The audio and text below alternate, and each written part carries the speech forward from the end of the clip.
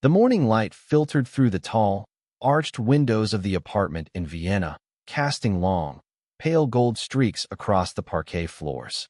Outside, the city stirred quietly, tram bells ringing faintly, the Danube glinting in a muted winter sun. I had woken early, not out of excitement, but out of a growing sense of unease, a premonition that the day would not unfold as expected. The wedding was hours away, yet the house felt hollow, as though someone had siphoned the warmth from it. I moved to the small table by the window, the scent of espresso lingering from an earlier cup, and waited. The package arrived with a soft, deliberate knock. I recognized the handwriting immediately, my mother's flourish, combined with my father's precise, clipped letters. My fingers trembled as I sliced open the envelope, revealing a smaller box inside. It was deceptively light, and the ribbon that had once promised celebration now felt like a cord around my throat. I lifted the lid. Smoke, ashes, and in the center, my wedding dress, charred and disfigured, a shadow of the gown I had dreamed of wearing since childhood.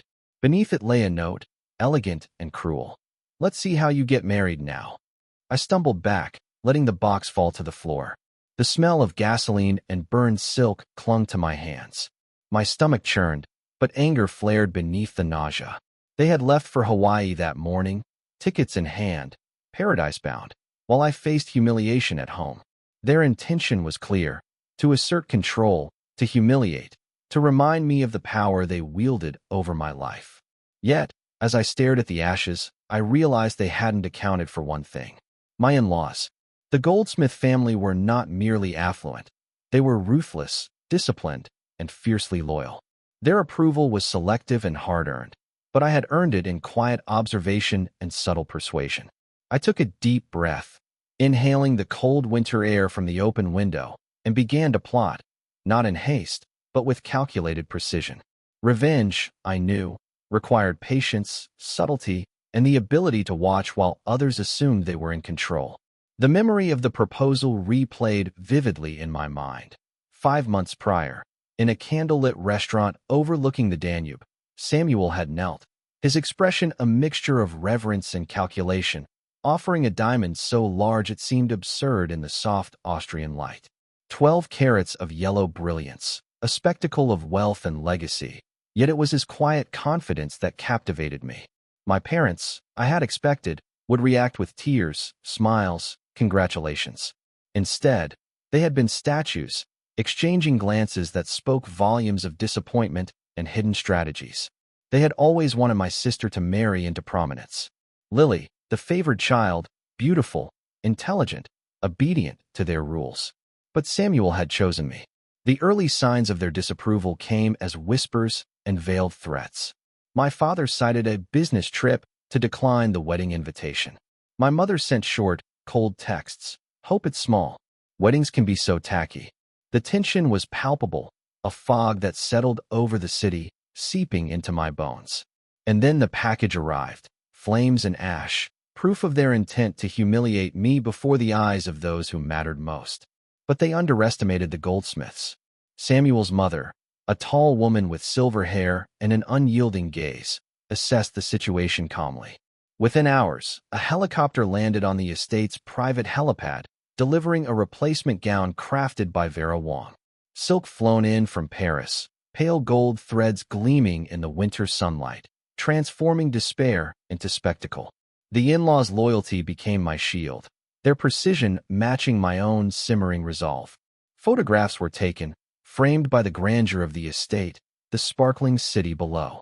I posed with Samuel, arm in arm, a portrait of power and poise, a defiance of my parents' sabotage.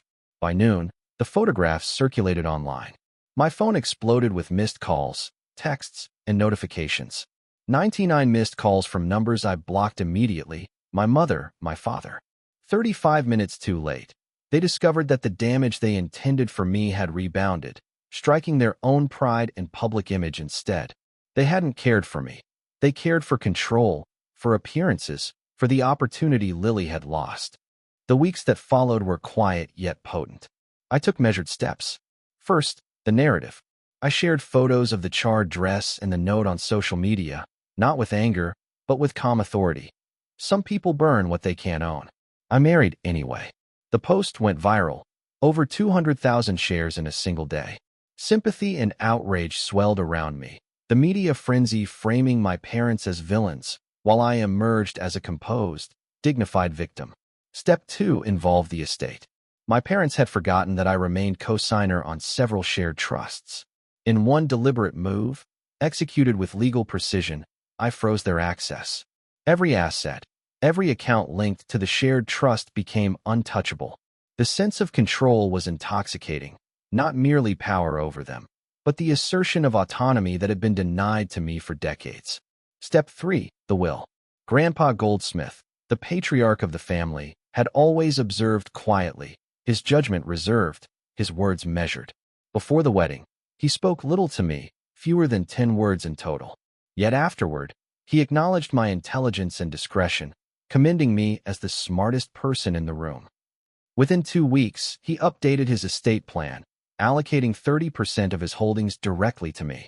Not Lily, not my sister, me. The confrontation arrived not in bluster, but in silence.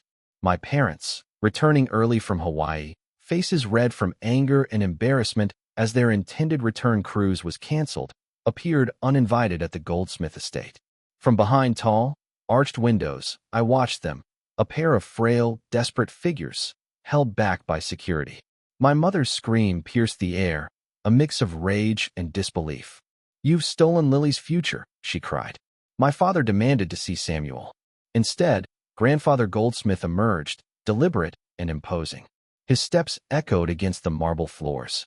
"You tried to burn your daughter's future," he said, voice like steel. "We don't invest in arsonists." Nods to the guards, and they were escorted from the property. Cameras captured every moment, ensuring public acknowledgement of their failure. In that moment, I understood the breadth of their miscalculation. They had attempted to destroy me, but in doing so, they revealed their own weakness, their inability to foresee loyalty, strategy, and patience. My marriage was not merely intact, it was fortified. My parents' schemes had rendered me untouchable, the ultimate proof of calculated survival and vindication.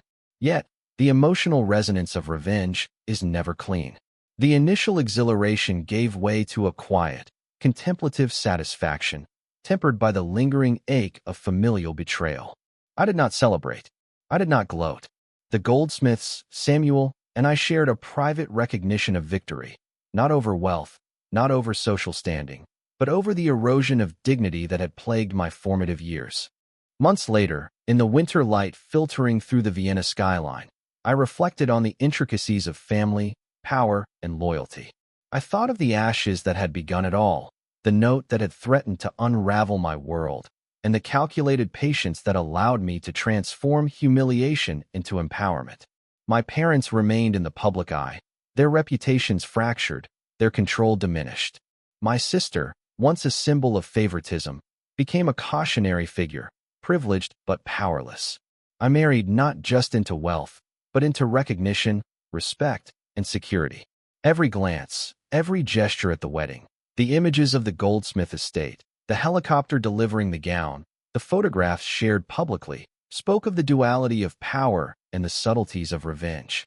It was not violent, not loud, but decisive. Every step had been planned, every consequence anticipated. The day my parents attempted to define my worth through destruction, I redefined it through strategy.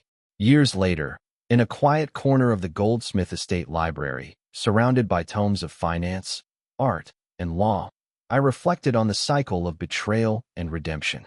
The memory of my parents' calculated cruelty remained, but it no longer weighed on me. Instead, it served as a testament to the resilience one can cultivate through observation, intelligence, and patience. I had endured humiliation, threats, and neglect, and emerged not merely unscathed but fortified. In the end, the narrative was no longer theirs to control. The charred wedding dress, once a symbol of their attempt to dominate, now existed in my memory as proof of foresight and composure.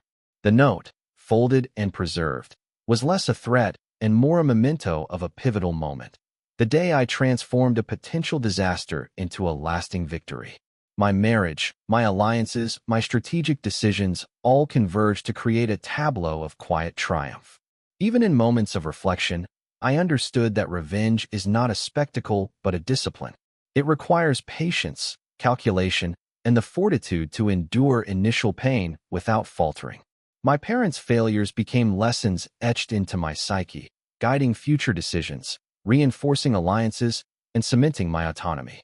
The fire that had once sought to destroy me had forged a path to sovereignty over my own life. In Vienna, under the muted winter sun, the Danube flowing like a silver thread through the city, I walked freely, unburdened by the past, yet acutely aware of the lessons it had imparted. I had faced betrayal, orchestrated strategy, and witnessed the unfolding of justice through precision and calm resolve. My parents, ever in pursuit of control, had underestimated the quiet, patient force of someone who had learned to wait, observe, and act with clarity. The ashes of that morning, the note, the scorched fabric, all became part of my narrative, a reminder that power is often invisible, quiet, and decisive. I had not simply survived. I had transformed an attempt at humiliation into a narrative of strength, loyalty, and measured retribution. My life, my marriage, and my legacy were now defined by my actions, not by the whims of those who had tried to control me. And in the stillness of the winter city, as sunlight glinted across the Danube, I finally understood the true nature of victory: silent, deliberate, and irrevocable.